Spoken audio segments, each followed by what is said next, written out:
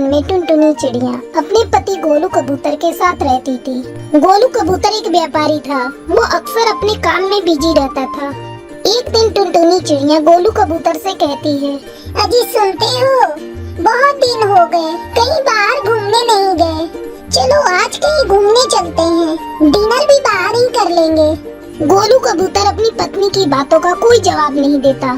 तब टुनटुनी चिढ़ जाती है, बहरे हो गए हो क्या? मैं कब से तुमसे कुछ कह रही हूँ और तुम हो कि मेरी बातों का कोई जवाब ही नहीं दे रहे हो। तुम्हारे पास तो मेरे लिए बिल्कुल भी टाइम नहीं है। टुनटुनी, तुम्हारी फालतू बातों को सुनने के लिए मेरे पास बिल्कुल भी समय नहीं है। मुझे आज रात ही दूसरे शहर जाना है।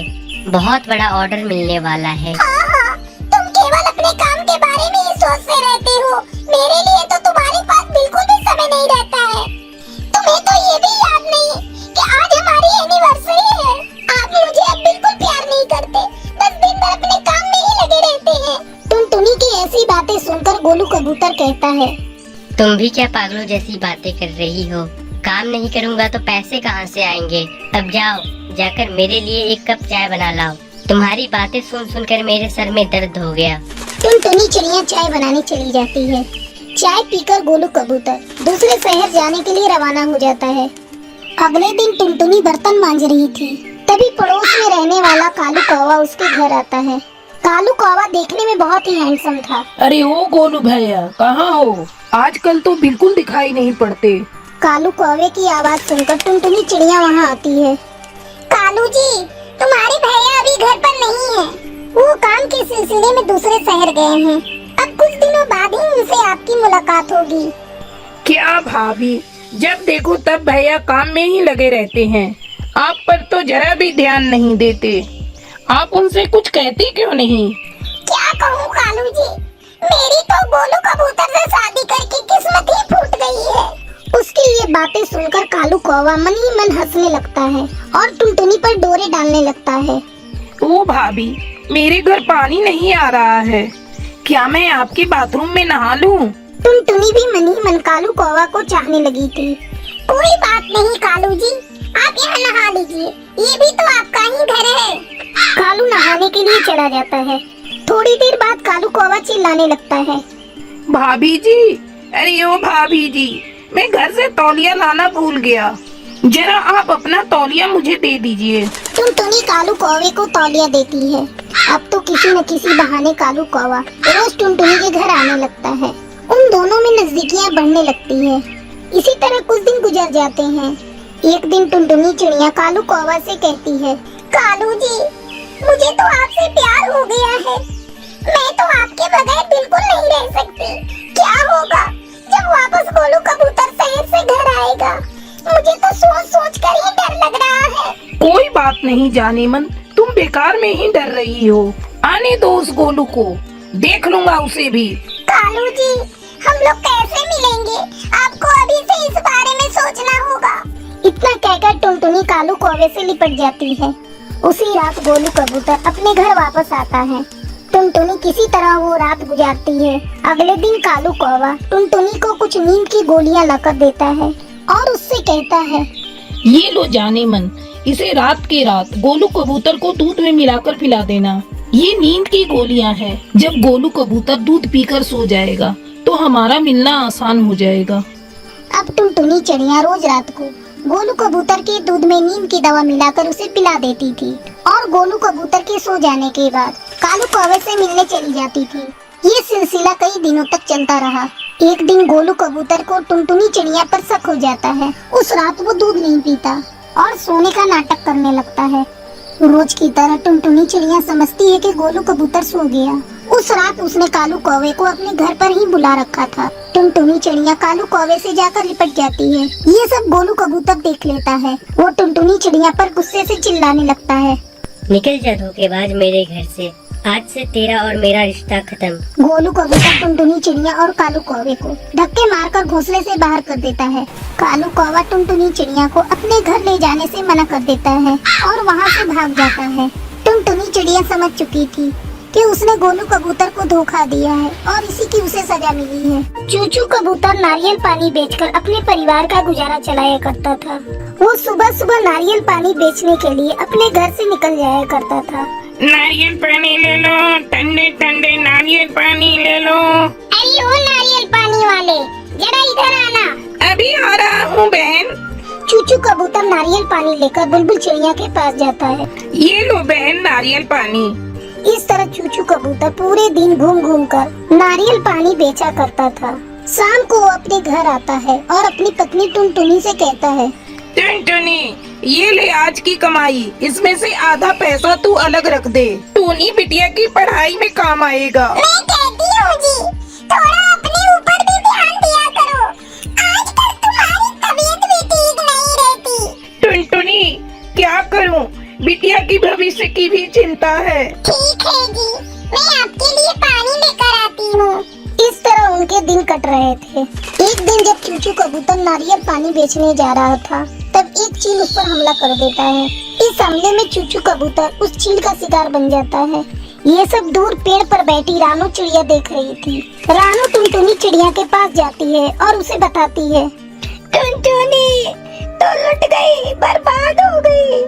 तेरे पति को एक चील ने मार डाला। ये तुम क्या कह रही हो रानू? उस चील की मेरे पति से क्या दुश्मनी थी? कई दिनों तक टुनटुनी चिड़िया चूचू कबूतर की याद में रोते रहती है।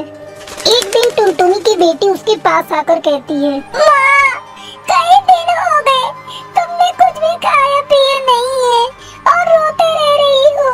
इस तरह तुम्हारी तबीयत खराब हो जाएगी माँ। अगर तुम्हें कुछ हो गया माँ, तो मुझे कौन देखेगा? तुम मेरी खातिर थोड़ा सा खा लो माँ। अपने दिल पर पत्थर रखकर टुनटुनी चिड़िया फिर से अपनी जिंदगी की शुरुआत करती है। टुनी बेटा, मैं नारियल पानी बेचने जा रही हूँ, तुम घर का ध्यान रखना। माँ, मैं तुम्हें अकेले नहीं जाने दूंगी, मैं भी तुम्हारे साथ चलती हूँ। नहीं बेटा, तू घर पर रहकर घर की देखभाल कर, मैं जल्दी ही आ जाऊंगी। टुनटुनी चिड़िया किसी तरह टूनी को समझाती है और नारियल पानी बेचने जाती है। नारियल पानी ले लो, नारियल पानी, ताजे ठंडे नारियल पानी। तभी कालू कौवा कहता है, अरे ओ टुनटुनी, तू अपना नारियल पानी कहीं और जाकर बेच।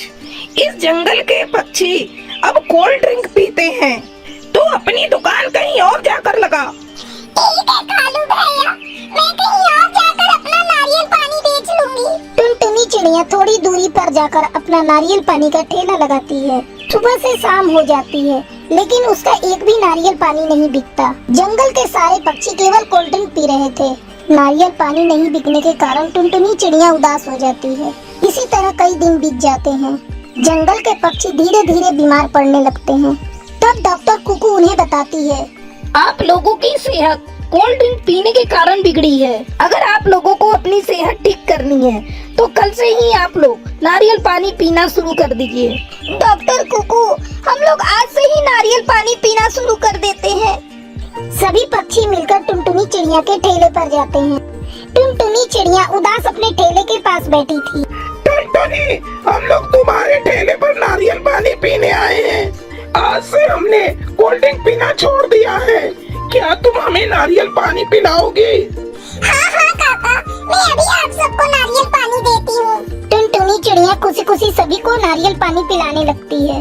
अब टुनटुनी चिड़िया नारियल पानी बेचकर अच्छा पैसा कमाने लगती है और खुशी खुशी अपनी बेटी के साथ अपनी जिंदगी बिताने लगती है। चंपक वन में टुनटुनी नाम की एक शातिर चिड़िया अपनी माँ चुनमुन चिड़िया के साथ रहा करती थी। एक बार की बात है, बन ठन कर टुनटुनी कहीं जा रही थी। तभी उसके पास एक नौजवान कबूतर आता है। वो उससे कहता है, एक्सक्यूज मी, क्या आप मुझे ये पता बता सकती हैं? इस शहर में मैं नया नया आया हूँ। क्यों नहीं, ये ऑफिस बस यहाँ से थोड़ी दूरी पर है। चलिए मैं आपको दिखा देती हूँ। आपका बहुत बहुत शुक्रिया, मैं काफी देर से यहाँ भटक रहा हूँ। टुनटुनी उसे लेकर उस पते पर पहुँचती है। जब टुनटुनी जाने लगती है तो छोटू कबूतर कहता है, क्या आप मुझे अपना नाम बताएंगी? अब तो आपकी और मेरी दोस्ती हो गई है। मेरा नाम टुनटुनी है और यही पास में ही मेरा घर है। जब फुर्सत मिले टुनटुनी जी, वैसे मेरा नाम छोटू है। धीरे धीरे टुनटुनी और छोटू की दोस्ती प्यार में बदल जाती है और एक दिन टुनटुनी और छोटू शादी कर लेते हैं। कुछ दिन तक दोनों ठीक ठाक मजे से रहते हैं। इस दौरान टुनटुनी छोटू से उसके घर परिवार के बारे में सारी बातें जान लेती है। उसे ये पता चलता है कि छोटू के माँ बाप बहुत ज्यादा अमीर हैं। तब टुनटुनी उन्हें लूटने का प्लान बनाती है। एक दिन वो छोटू से कहती है, छोटू जी, मैं ससुराल जाना चाहती हूँ। क्या आप मुझे अपने परिवार वालों से नहीं मिलवाएंगे? क्यों नहीं टुनटुनी, अगर ऐसी बात है तो चलो, मैं तुम्हें कल ही लेकर अपने घर चलता हूँ। अगले ही दिन छोटू कबूतर टुनटुनी को लेकर अपने घर आता है। जब टुनटुनी अपने ससुराल पहुंचती है तो वहां का ठाट बाट देखकर दंग रह जाती है। टुनटुनी की सास रानो कबूतरी उसे सोने का हार देते हुए कहती है, ये लो बहू, तुम्हारी मुँह दिखाई। सोने का हार देखकर टुनटुनी खुश हो जाती है। धीरे धीरे वो अपनी सास का दिल जीत लेती है। तब एक दिन रानो कबूतरी टुनटुनी से कहती है, टुनटुनी बहू, तुमने तो घर की पूरी जिम्मेदारी संभाल ली है। ये लो तिजोरी की चाबी। अब मैं इस जिम्मेदारी से भी मुक्त होना चाहती हूँ। आखिर ये सारा धन दौलत तो तुम्हारी ही है। अब से रुपयों का लेन देन तुम ही करना। ये तिजोरी की चाबी अब तुम्हारे पास ही रहेगी। ये सब देखकर टुनटुनी सोचने लगती है, लगता है भगवान भी आज मेरे ऊपर मेहरबान है। तभी तो मुझे ज्यादा मेहनत भी नहीं करना पड़ा और सारा धन अपने आप मेरे कब्जे में आ गया। आज रात ही मैं सारा रुपया पैसा लेकर फरार हो जाऊंगी। टुनटुनी रात होने का इंतजार करने लगती है। रात होते ही टुनटुनी दूध में नशे की दवा मिला देती है, फिर अपनी सास और अपने पति को पिला देती है। फिर दोनों जैसे ही वे दोनों बेहोश हो जाते हैं, टुनटुनी घर का सारा रुपया पैसा और जेवर लेकर फरार हो जाती है। अगले दिन जब रानो कबूतरी की नींद खुलती है तब वो देखती है कि उसकी तिजोरी खुली हुई है और उसमें से सारे रुपए पैसे और जेवर सारे गायब हैं। ये देखकर रानो कबूतरी चिल्लाने लगती है, बहू, अरे ओ बहू, हम लोग लुट गए, बर्बाद हो गए। कोई तिजोरी में से सारा धन दौलत ले गया। रानो कबूतरी की रोने की आवाज सुनकर छोटू कबूतर वहाँ आता है। माँ, टुनटुनी का कहीं अता पता नहीं है। लगता है वो हमें लूट कर भाग गई। हाँ बेटा, मुझे भी ऐसा ही लगता है। बहू ने ही हम लोगों को लूटा है। माँ, अब रोने धोने से कोई फायदा नहीं। मैं अभी थाने जाकर कंप्लेन करता हूँ। छोटू कबूतर तुरंत ही थाने जाकर टुनटुनी की कंप्लेन करता है। कुछ दिन इसी तरह गुजर जाते हैं। इधर टुनटुनी एक नया शिकार ढूंढकर उससे शादी करने जा रही थी। इस बात की सूचना जब पुलिस को मिलती है तो वो टुनटुनी को गिरफ्तार कर लेती है। टुनटुनी को अपने किए की सजा मिल जाती है। चंदन नगर के जंगल में टूनी चिड़िया अपनी बेटी टुनटुनी के साथ रहती थी। टुनटुनी चिड़िया को पढ़ने लिखने का बहुत शौक था। वो बहुत सारा पढ़ लिख कर किसी अच्छी जगह जॉब करना चाहती थी ताकि उसकी माँ को किसी के घर काम ना करना पड़े। टूनी चिड़िया पढ़ी लिखी नहीं थी, इसलिए पति के मरने के बाद अपना और अपनी बेटी का पेट पालने के लिए वो चमेली कब्बी के घर झाड़ू बर्तन का काम करने लगी। अब अगर बर्तन धुल गए हैं तो जाओ और घर के बाकी काम देखो। ऐसे खड़ी खड़ी मुझे क्या घूरे जा रही हो? वो मालकिन, कल मुझे टुनटुनी की फीस जमा करवानी थी, इसलिए अगर इस महीने के पैसे मुझे एडवांस में मिल जाते तो। लो और सुनो, 2 दिन हुए हैं अभी काम करते हुए और चली है पूरे महीने की तनख्वाह मांगने। अरे चलो चलो निकलो यहाँ से और जाकर बाकी काम करो। इन लोगों को तो बस मांगने का बहाना चाहिए। अभी चमेली कभी इतना कह ही रही होती है कि इतने में दरवाजे पर दस्तक होती है। अब जाओ जल्दी से जाकर देखो दरवाजे पर कौन आ गया। टूनी चिड़िया वहाँ से चली जाती है। बेटा, मैं बहुत दूर के जंगल से आया हूँ। मुझे बहुत भूख लगी है। क्या मुझे खाने को कुछ मिलेगा? इतने में चमेली भी वहाँ आ जाती है। लो, आ गया एक और फकीर। बेटा, मैं बहुत भूखा हूँ और बहुत दूर से सफर करके इस जंगल में आया हूँ। क्या मुझे खाने को कुछ मिलेगा? हाँ हाँ, हमारा तो भी यही काम रह गया है ना। तुम गोलू को खाना खिलाते रहे। चलो टूनी चिड़िया, तुम जाकर अपना काम करो और तुम बाबा, तुम भी जाओ यहाँ से। हमारे यहाँ से तुम्हें कुछ खाने को नहीं मिलेगा। ये कहकर चमेली घर के अंदर चली जाती है। टूनी चिड़िया बहुत दुखी हो जाती है। वो एक हमदर्द चिड़िया थी।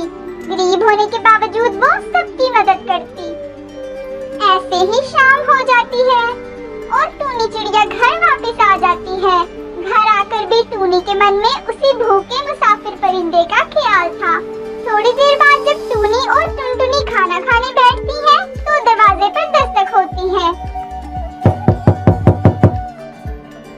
टूनी दरवाजा खोलती है। अरे बाबा, आप?